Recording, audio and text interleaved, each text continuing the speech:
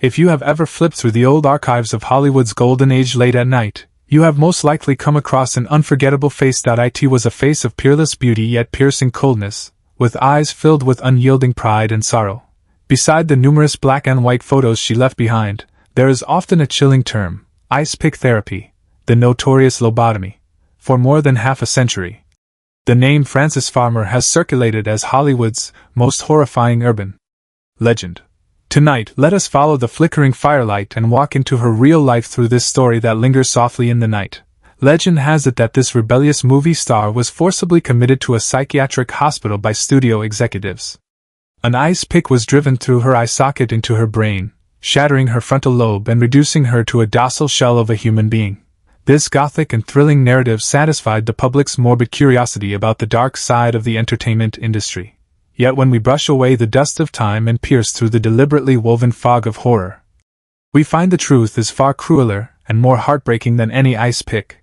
This is not a horror tale of medical experimentation, but a long, cold strangulation of individual will dot on this quiet night. We turn back the clock slowly to the glamorous yet bitterly cold 1930s. Let us see how a Seattle girl full of literary dreams stepped into the golden cage woven out of spotlights and film reels. She once tried to overthrow a massive dream factory with her frail hands, only to have all her pride and freedom crushed by its gears. The night is deep. Let us set aside the noise of the day, follow her faint yet stubborn breath, and step into this sealed chapter of the past.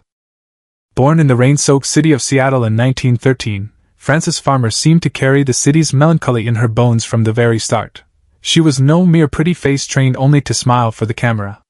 On the contrary, she was an intellectual woman with profound thinking and strong political awareness. During her studies at the University of Washington, she majored in drama while delving deeply into philosophy and left-wing literature. She even won an essay contest that granted her a trip to the Soviet Union. Her avant-garde, even dangerous by the social standards of her time, laid the deepest groundwork for her eventual tragedy in Hollywood. In 1935, at the age of 22, driven by a passion for pure theatrical art, Frances moved to New York, where she was unexpectedly discovered by a Paramount Pictures talent scout. Hollywood was then in its studio system heyday. Actors were merely commodities on an assembly line, priced and molded arbitrarily into whatever the public desired. When Frances signed her 7-year contract, she never knew she had actually signed away her soul. Studio executives sought to package her as the next blonde sweetheart, pressuring her to wear revealing swimsuits and strike flattering poses for the camera. But her innate intellectual nobility filled her with instinctive revulsion towards such cheap commercial packaging. She refused promotional events, shunned hypocritical celebrity banquets, and even openly questioned directors' cliched, illogical scripts on set. In an era when actresses were only allowed to display beauty and obedience, every refusal she made was seen as an open defiance against the massive industrial machine. She was like a proud lone bird trapped in an ornate cage. Every beat of her wings against the wire mesh brought not freedom, but harsher suppression and heavier chains from the studio. Conflicts escalated day by day. Though her fame rose, inner despair and fragmentation spread like poison ivy. She wrote in her diary that Hollywood was a sugar-coated asylum, and she was forced to play the most ridiculous clown inside it. Chronic mental strain, erratic overworking hours, and reliance on amphetamines to stay awake gradually eroded her fragile mental defenses. Within this echoing, soulless machine, her very sanity became the initial evidence used to label her insane. The avalanche of fate often begins with a tiny crack. For Frances, it started with a midnight traffic stop. Late one night in 1942, she was pulled over by police on Pacific Coast Highway in Santa Monica for a headlight violation. What should have been a routine traffic stop escalated into a violent physical confrontation, fueled by long-suppressed irritability, alcohol, and her innate resistance to authority. She was roughly handcuffed and forced into a police car. In that moment, she lost not only her freedom but also her last shred of dignified standing in Hollywood. Her subsequent court trial turned into a media witch hunt reminiscent of the Middle Ages. When the judge sentenced her to prison, the once revered star completely broke down. She rejected the humiliating verdict, screaming and struggling in court, throwing an ink bottle at the judge and fighting with bailiffs who tried to restrain her. Countless flashbulbs swarmed like bloodthirsty flies, freezing her disheveled, distorted face as she was forced into a psychiatric restraint suit, emblazoned on the front pages of newspapers the next day. The public was stunned, unable to comprehend how the elegant goddess of the silver screen could turn into a raving shrew.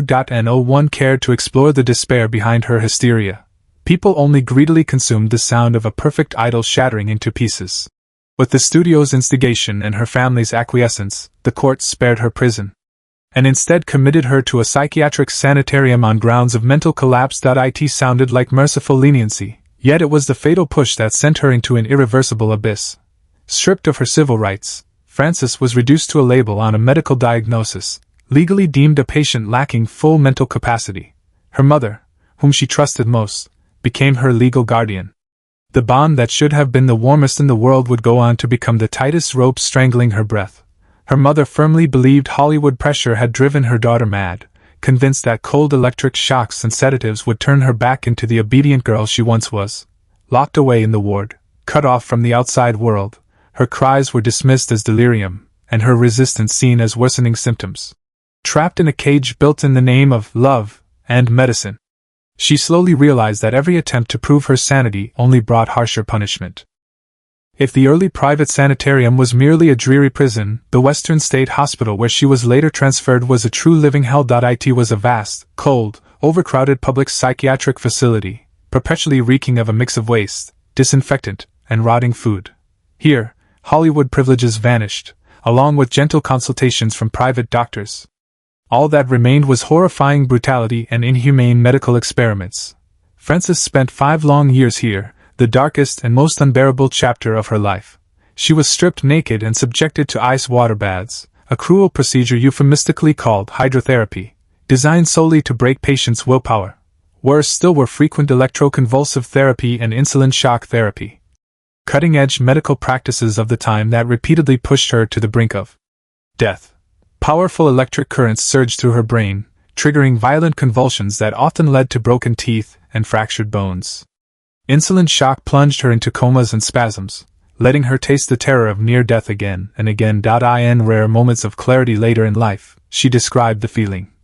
They strap you to a cold iron bed, then tear your soul out of your body, leaving only an empty shell convulsing. In those sunless wards, she endured not only physical torment but also sexual assault and beatings from guards and orderlies. Once adored under the spotlight, she became trampled upon at will in this forgotten corner of the world. Her once intelligent, luminous eyes faded into hollow numbness under endless medication and mental abuse. Yet deep within her, a spark of spirit never fully extinguished amid hellish suffering. She learned to feign obedience, hiding all rebellion during doctors' rounds, swallowing mind-numbing pills meekly like a true patient. It was a cruel survival tactic, surrendering her dignity to cling to life within this massive human meat grinder. In the quiet dead of night, when the ward echoed only with the moans of the afflicted, she would replay lines from Shakespeare she once recited on stage, reassuring herself that she was still truly alive. The asylum never healed her. It only sought to crush a vivid, unique, sharp-edged soul into a pale, flat, silent piece of paper through violence and fear. Shadowing Frances's unspeakable suffering was the dark urban legend that clung to her name for half a century: the ice pick lobotomy. Countless unofficial histories, literary works, and biographical films later depicted the same scene as absolute fact. The infamous neurosurgeon Walter Freeman walked into Frances's ward, lifted her eyelid, drove an ice pick into her brain, and destroyed her frontal lobe forever. The tale fit the public's darkest fears of psychiatric conspiracies so perfectly that it was accepted without question, held up as the ultimate proof of Hollywood's persecution of its female stars. But as historical archives and medical records were declassified, mounting evidence reveals this chilling legend is most likely a fabricated lie crafted for dramatic effect. Frances's medical files contain no record of any lobotomy. Her later letters and life after discharge prove she retained full memory, clear logic, and profound emotional depth. A lobotomy patient could never return to work, let alone face the camera and speak coherently years later. Yet even as we debunk this physical medical myth, we cannot deny a deeper, more tragic truth. Though no ice pick pierced her skull, 5 years of wrongful confinement, endless electric shocks, and drug-induced numbing amounted to a spiritual lobotomy in every sense.